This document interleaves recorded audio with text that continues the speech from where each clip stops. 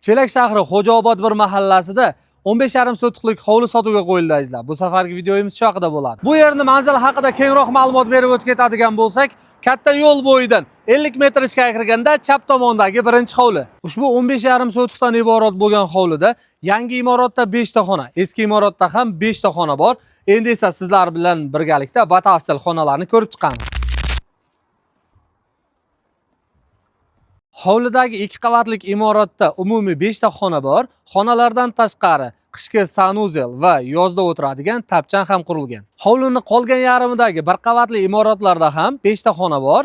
Bundan tashqari oshxona ham joylashtirilgan. Umumiy o'lchamlari 28 metrga 60 metrni tashkil qiladigan ushbu hovlida 50 dan ortiq daraxt ko'chatlari ekib qo'yilgan. Futbol maydonidek keladigan ushbu hovlining narxini bor yo'g'i 101 ming dollar, yana kelishtirib ham beramiz deb aytib o'tishyapti egalari.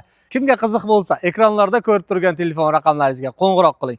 Bu videoni maksimal barcha katta ko'chaga yaqin joydan hovli sotib olaman degan tanishlaringizga borib qo'ying. Hammaga kattakon rahmat. Sizlar bilan Shohjahon Aslanov bo'ldi.